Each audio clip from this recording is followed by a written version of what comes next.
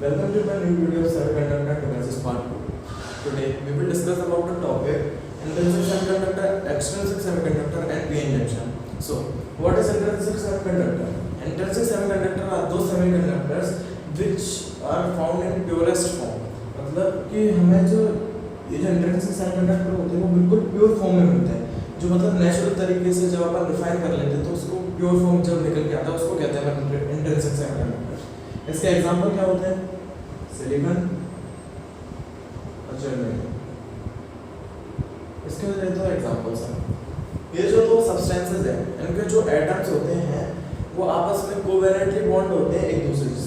जैसे सिलिकॉन का जो एटम है वो आपस में मतलब सिलिकॉन के एटम से कोवैलेंटली बॉन्ड रहता है, ठीक है। तो जैसे सिलिकॉन के जो और टेट्रावैलेंट है दोनों, ठीक है। अब मान लो सिलिकॉन का जो एटम है, सिलिकॉन का अपना एटम है 1 2 3 4।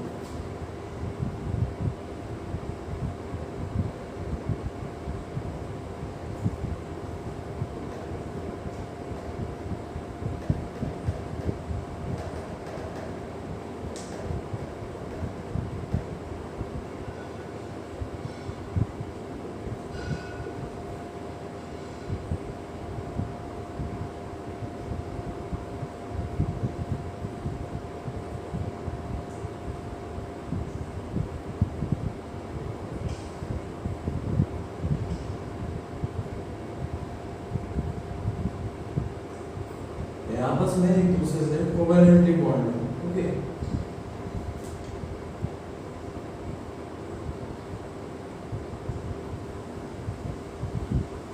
इनमें एक खासियत होती है प्योरेस्ट फॉर्म में, ये सब सिलिकॉन का एटम मैंने लिखा है, लेकिन हाँ ये सब ये जितने भी हैं मैंने जिस पर सर्कल बना रखा है ये सब सिलिकॉन का एटम है, क्योंकि ये प्योरेस्ट फॉर्म में तो सबको आसपास में सारे सराउंडिंग में तो सिलिकॉन के एटम है मोस्ट कॉमनली, ठीक है।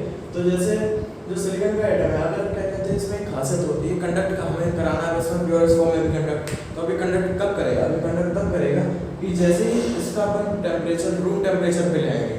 अगर अपन ने रेस करके इसका टेम्परेचर रूम टेम्परेचर पर ले आए तो इसमें से एक जो एक होल एक इलेक्ट्रॉन है, इलेक्ट्रॉन ये यहाँ से लीव कर देगा, यहाँ से छोड़ देगा। किस लिए छोड़ा? क्योंकि थर्मल एजिटेशन हुआ। जब आप रूम टेम्परेचर मान लो टेम्परेचर पे है, लो टेम्परेचर सिलिकॉन है, अब उसको आप हाई लाओ मतलब रेस करोगे टेम्परेचर, जैसे आपने टेम्परेचर रेस किया तो थर्मल एजिटेशन को मतलब हीट के मारे हीट के जरिए मतलब हीट का जो उस पर इफेक्ट पड़ा तो उससे मतलब इसके इलेक्ट्रॉन्स तो सारे ये सब कोवैलेंटली बॉन्ड है, तो जैसे इस पर इफेक्ट पड़ेगा हीट की वजह से थर्मल, तो फिर इसका जो एक इलेक्ट्रॉन है वो लीव कर देगा और यहाँ पे एक होल क्रिएट कर देगा। यहाँ पे जैसे ही इसने एक लीव किया तो यहाँ पे एक ये होल क्रिएट कर देगा, होल, ठीक है।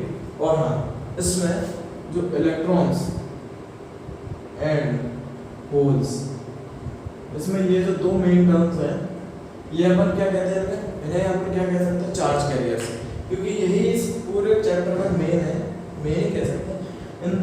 इन दोनों की ही वजह से इसमें पूरे चैप्टर में जान है, सही बात बताएं तो, क्योंकि इलेक्ट्रॉन्स और होल्स की वजह से इसमें कंडक्टिविटी आती है। अगर क्या कहते हैं सब में इलेक्ट्रॉन्स रहेंगे और टेम्परेचर रेस नहीं हुआ तो बॉन्ड कैसे टूटेगा? बॉन्ड नहीं टूटेगा तो होल्स क्रिएट नहीं होंगे। मान लो होल्स क्रिएट हो गए तो इसमें से जैसे इलेक्ट्रिसिटी के जो इलेक्ट्रॉन्स हैं वो पास होना चालू हो जाएंगे, ठीक है। तो ये कंडक्ट करने लगेगा। और जो इसके इलेक्ट्रॉन्स और होल्स हैं अगर क्या कहते हैं इसको अपन Ni और Ne की टर्म्स में डिफाइन करें तो जैसे जो इलेक्ट्रॉन्स हैं वो नंबर ऑफ इलेक्ट्रॉन्स जैसे Ne को अपन कहते हैं चार्ज डेंसिटी, Ne को अपन चार्ज डेंसिटी कहते हैं क्योंकि ये चार्ज कैरियर्स है। Ne को क्या है? इन दोनों को इस पूरी को कहते हैं हम लोग चार्ज कैरियर्स, ठीक है। Ne को कहते हैं इलेक्ट्रॉन डेंसिटी, ठीक है। और इसमें एक और टर्म होता है NH, इसको अपन क्या कहते हैं? Hole density.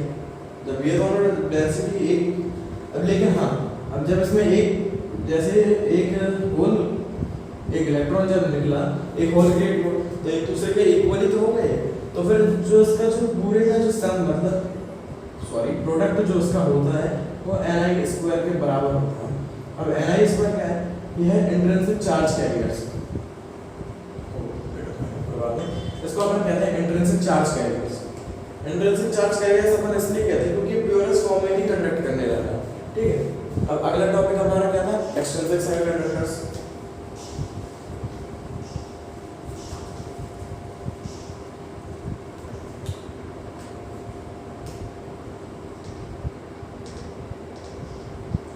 Extrinsic semiconductors. अब एक्सट्रिंसिक सेमीकंडक्टर्स कौन से होते हैं? एक्सट्रिंसिक सेमीकंडक्टर्स वो सेमीकंडक्टर्स होते हैं जो इम्प्योर फॉर्म में हो, लेकिन इनका जो इम्प्योरिटी का जो अमाउंट है वो 1 ppm होता है, मतलब 1 पार्टिकल पर मिलियन। इतना अमाउंट का अगर कोई इम्प्योरिटी पार्टिकल में ऐड होता है तो इंट्रिंसिक सेमीकंडक्टर्स बन जाते हैं, ठीक है।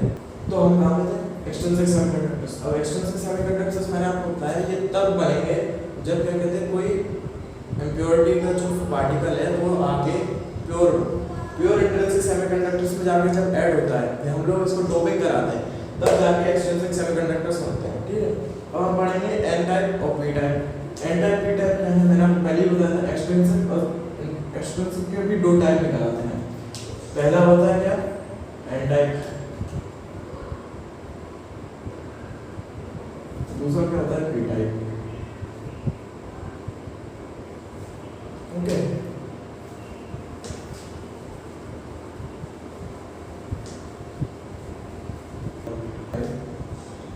Extrinsic semiconductors. तो अब एन टाइप एक्सट्रिंसिक सेमीकंडक्टर्स कैसे प्रिपेयर होते हैं, कैसे बनते हैं? जब कोई पेंटावैलेंट इम्प्योरिटी किसी टेट्रावैलेंट इम्प्योरिटी में जाके डोप होती है, फिर अटैच होती है, तो एन टाइप एक्सट्रिंसिक सेमीकंडक्टर्स तैयार होते हैं। अब पेंटावैलेंट कौन कौन सी इम्प्योरिटीज होती हैं? Sb, As, P, Bl, bismuth, ये सब पेंटावैलेंट इम्प्योरिटीज हैं, ठीक है। अब मैंने आपको पिछले वाले डायग्राम में बताया था कि जैसे, और ये इसके सब पेंटावैलेंट है, मतलब 5 इलेक्ट्रॉन्स के साथ आउटर मोस्ट में 5 इलेक्ट्रॉन्स, ठीक है। इसके जो आउटर मोस्ट है 5 इलेक्ट्रॉन्स होते हैं। तो जैसे हमने एक इसका पार्ट, इसमें एक एटम, इस सब्सटेंस में एक एटम लिया और जर्मेनियम का, सिलिकॉन का एक एटम ले लिया, जैसे चारों तरफ ऐसा ही सराउंड किया, सही।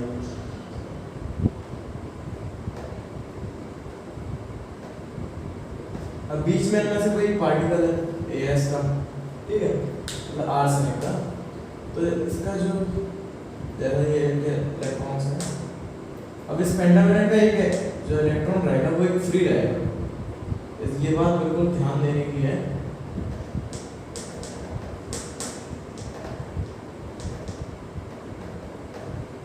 तो इसमें सारे तो कोवैलेंटली अटैच हो जाएंगे, सारे ऐसे सारे कोवैलेंटली अटैच हो गए, ठीक है।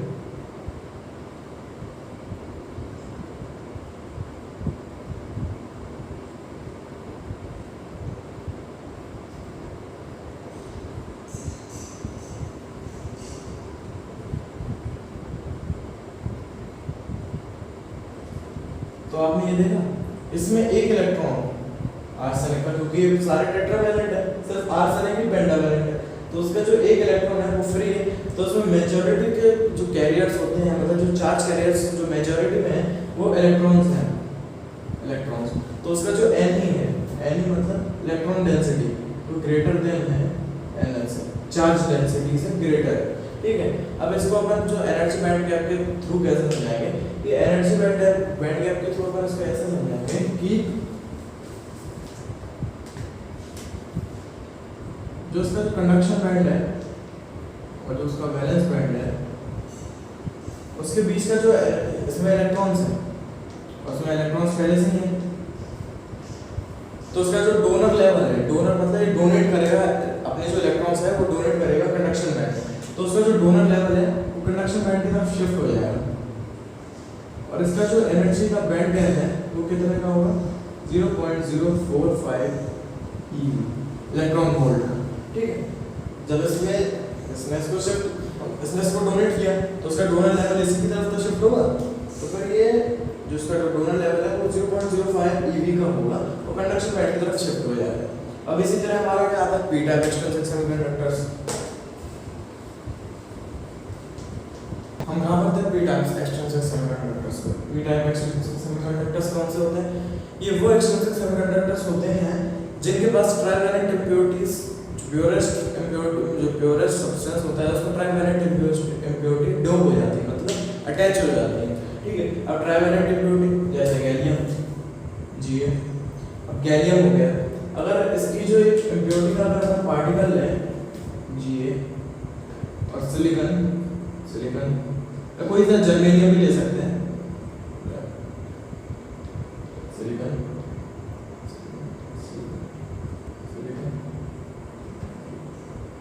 अब इसके पास ट्राइवेलेंट इम्प्योरिटीज है गैलियम, ठीक है, तो इसके पास मतलब एक इलेक्ट्रॉन की कमी जरूर होगी, अवश्य होगी, मतलब जरूरी होगी, अवश्य।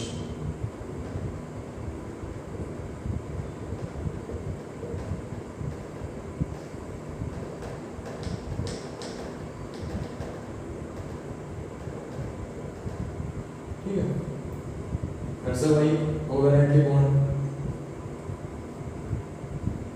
तो अभी मैं पूरा नहीं तो मैं बस इतना समझा देता हूँ यहाँ से, बाकी सब तो डायग्राम मैंने आपको पिछली बार की तरह बिल्कुल सेम डायग्राम है, ठीक है।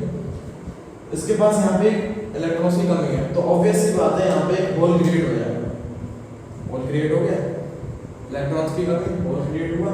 जैसे इसमें होल क्रिएट हुआ तो उसके चार्ज कैरियर्स कौन से हो गए, इस बार होल्स, तो उसके जो मेजॉरिटी के चार्ज कैरियर्स हो गए वो होल्स हो गए, तो इसमें जो एनर्जी है मतलब जो होल डेंसिटी है वो ज़्यादा हो गई Na से, ठीक है।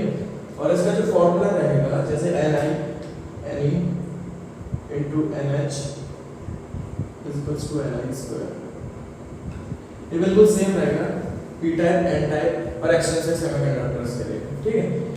अब इसमें जो ये बता दिया मैंने आपको, लेकिन इसका बैंड गैप के थ्रू मैं आपको कैसे समझाऊं, बैंड गैप के थ्रू इसका ऐसे अपन डिफाइन कर सकते हैं कि अगर इसका जो बैंड गैप है Cb मतलब कंडक्शन बैंड और वैलेंस बैंड, इसमें इलेक्ट्रॉन्स हैं लेकिन एक इलेक्ट्रॉन की कमी है, तो अगर इसका जो एक्सेप्टर, इसका डोनर लेवल तो होगा नहीं क्योंकि इसके पास कोई एक्स्ट्रा इलेक्ट्रॉन तो है नहीं जो डोनेट कर देगा, इसके पास एक्सेप्टिंग पावर है तो एक्सेप्ट करेगा, तो इसका जो एक्सेप्टर लेवल है वो अपनी तरफ शिफ्ट कर लेगा वैलेंस बैंड, और जो इसका बीच में जो एनर्जी गैप होगा वो 0.045 EV का होगा। ये सब में सेम रहेगा, ये इतने ही energy band gap, energy gap से ही ये अगर कंडक्ट कर पाएगा, अपना जो सेमीकंडक्टर है इतनी एनर्जी गैप से ही कंडक्ट कर पाएगा। अब मैंने आपको एक चीज बताना भूल गया था कि वैलेंस बैंड, एनर्जी बैंड और कंडक्शन बैंड क्या होते हैं। अब मैं आपको ओरली समझा देता हूँ, आसान है, सब समझ आएगा। जैसे हमारा मैंने पहले क्या किया, एनर्जी बैंड का एनर्जी बैंड ले लिया, ठीक है। अब एनर्जी बैंड वो चीज़ होती है कि जैसे कि जब हमने गैस देखी तो है नहीं, वो तो जो गैस होती है उसमें जो उसके जो एटम्स होते हैं वो आस पास मतलब बहुत दूर दूर होते हैं, ठीक है। लिक्विड लिया थोड़े पास में आ जाते हैं, मतलब उनका मॉलिक्यूलर जो उसका स्पेस होता है वो कम होता है, ठीक है। फिर उसके बाद जो क्या कहते हैं हम लोग सॉलिड लेते हैं तो उसका और कम हो जाता है, बिल्कुल कॉम्पैक्ट हो जाते हैं, ठीक है। तो जब क्या कहते हैं किसी भी मतलब सॉलिड का जो एटम होता है, मॉलिक्यूल का जो एटम होता है और एटम में जो इलेक्ट्रॉन्स होते हैं वो एक दूसरे के ऑर्बिटल्स का ओवरलैप करने लग जाता है। जैसे ही वो ओवरलैप करने चालू कर देते हैं तो फिर उसके बाद जब उसमें से जो एनर्जी निकलती है तो वो एनर्जी मतलब बैंड्स की तरह निकलती है हर एटम्स में से, ठीक है। जब वो सारी एनर्जी एक साथ कंबाइन कर देते हैं तो वो एक बहुत ही लार्ज एनर्जी बैंड बन जाता है, ठीक है। और अब हमारा कंडक्शन बैंड क्या चीज़ होती है, कंडक्शन बैंड्स में कंडक्शन इलेक्ट्रॉन्स होते हैं, तो जो कंडक्शन इलेक्ट्रॉन्स होते हैं वही कंडक्शन करवा पाते हैं, लेकिन हाँ जो कंडक्शन इलेक्ट्रॉन्स होते हैं वो जो स्पेस ऑक्यूपाई करते हैं बहुत कम ऑक्यूपाई कर पाते हैं, ठीक है, एनर्जी बैंड में। हाँ, लेकिन उसका जो एनर्जी कंडक्शन बैंड के जो इलेक्ट्रॉन्स होते हैं अगर वो सारे कंबाइन हो जाए तो वही कंडक्शन बैंड का फॉर्मेशन करते हैं, लेकिन वैलेंस बैंड में वैलेंस इलेक्ट्रॉन्स होते हैं और उसमें इलेक्ट्रॉन्स की वजह से उसमें स्पेस ज़्यादा ऑक्यूपाई करता है। तो जैसे स्पेस ज़्यादा ऑक्यूपाई किया तो उसने फिर जैसे इलेक्ट्रॉन्स के थे मतलब वैलेंस इलेक्ट्रॉन्स जो थे तो उसने फिर स्पेस ऑक्यूपाई किया, स्पेस ऑक्यूपाई करने के बाद उसने फिर अपनी एनर्जी निकाली, जैसे एनर्जी निकाली तो एनर्जी बैंड्स तैयार हुए, तो फिर वो एक उसका जो नाम या फिर उसका हमने टर्म वैलेंस बैंड के नाम पे रखते हैं, ठीक है। अब हमारे पास कौन सा टॉपिक है, पीएन जंक्शन, बहुत अच्छा टॉपिक है। पीएन जंक्शन, अब पीएन जंक्शन क्या चीज़ है, जब पी टाइप और एन टाइप के स्मॉल पीसेस आपस में अटैच करवाते हैं हम लोग, तो पीएन जंक्शन तैयार होता है। पीएन जंक्शन क्या है? पीएन जंक्शन में जो पी साइड के जो होल्स होते हैं जो और एन साइड के जो इलेक्ट्रॉन्स होते हैं आपस में अट्रैक्ट करके डिफ्यूज हो जाते हैं। जब वो डिफ्यूज होते हैं तो एक लेयर का फॉर्मेशन करते हैं, नॉन कंडक्टिंग लेयर का, जिसको अपन कहते हैं डिप्लीशन लेयर। अब जो डिप्लीशन लेयर होता है जब वो तैयार हो जाता है तो उसके बाद यहाँ पे एक स्मॉल पॉजिटिव चार्ज क्रिएट हो जाता है इलेक्ट्रॉन्स के पास, और एक स्मॉल नेगेटिव चार्ज क्रिएट हो जाता है होल्स के पास। ठीक है, जब ये चार्ज अपने आप क्रिएट हो जाते हैं तो फिर उसके बाद एक पोटेंशियल क्रिएट होता है, इनके बीच एक पोटेंशियल बनता है जिसको अपन कहते हैं बैरियर पोटेंशियल। इन दोनों चार्ज के बीच में पोटेंशियल क्रिएट होता है जिसको हम लोग कहते हैं बैरियर पोटेंशियल। ठीक है, ये जो बैरियर पोटेंशियल होता है वो 0.7 होता है सिलिकॉन डायोड के लिए, और 0.3 होता है किसके लिए? जर्मेनियम डायोड के लिए। 0.7 होता है सिलिकॉन डायोड के लिए और 0.3 होता है जर्मेनियम डायोड के लिए।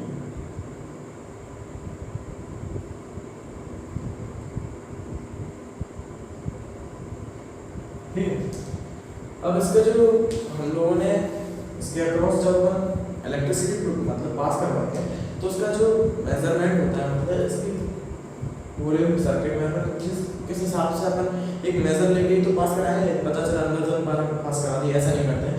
इसमें मतलब मेजर्ड एनर्जी इलेक्ट्रिसिटी पास करवाते हैं, जिसका जो मेजर होता है 10⁵ वोल्ट का होता है। ठीक है, और इसका एक मेन सिंबल होता है ये होता है पी साइड, होता है एन साइड। ठीक है, अब हम लोग इसमें दो कंडीशन होते हैं, एक फॉरवर्ड बायसिंग एक रिवर्स बायसिंग। मैं उसके बारे में अभी आपको समझाता हूँ। हम लोग कहाँ डिस्कस कर रहे थे? हम लोग ये डिस्कस कर रहे थे कि फॉरवर्ड बायसिंग और रिवर्स बायसिंग क्या होती है पीएन जंक्शन में। जो फॉरवर्ड बायसिंग होती है,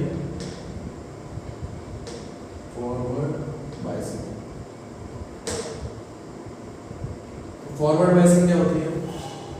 फॉरवर्ड बायसिंग ये होती है कि जैसे कोई जो पीएन जंक्शन है उसमें ये होल साइड है और ये इलेक्ट्रॉन साइड है, इसमें जो बैटरी कनेक्ट होती है,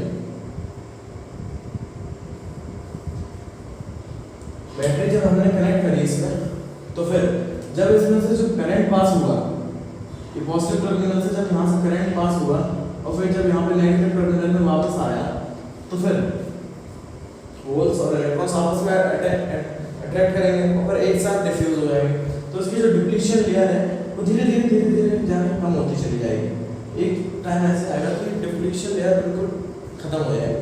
जब डिप्लीशन लेयर खत्म हो जाएगी तो ये जो जंक्शन है वो एकदम प्योर कंडक्टर मतलब एकदम अच्छा कंडक्टर की तरह काम करने लगेगा।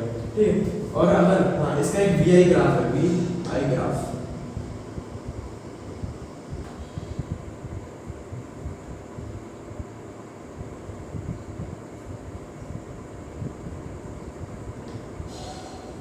ठीक है, ये इसलिए स्ट्रेट हो जाता है क्योंकि हैवी करंट एक साथ फ्लो होने लगता है इस कंडक्टर में, तो एक परफेक्ट कंडक्टर इस पूरे जंक्शन में तो एक परफेक्ट कंडक्टर की तरह काम करता है। और इसी तरह हमारा रिवर्स बायसिंग। अब रिवर्स बायसिंग क्या होती है? अब रिवर्स बायसिंग में सिर्फ इसका जो सिस्टम होता है बैटरी का सिर्फ इसका अपोजिट हो जाता है। रिवर्स बायसिंग में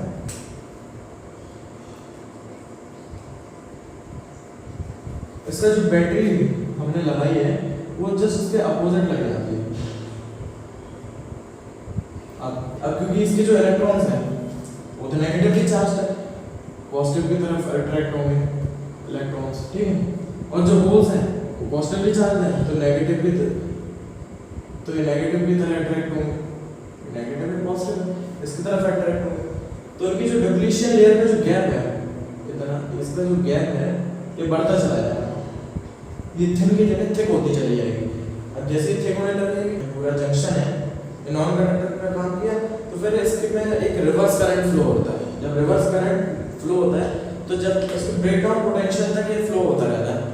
ठीक है, अगर हमने इसका ब्रेकडाउन पोटेंशियल से भी ज़्यादा अगर पोटेंशियल ब्रेकडाउन हो गया, ठीक है, और उसके बाद भी हमने इसका करंट प्रोवाइड किया तो एक रिवर्स बैकवर्ड करंट रिवर्स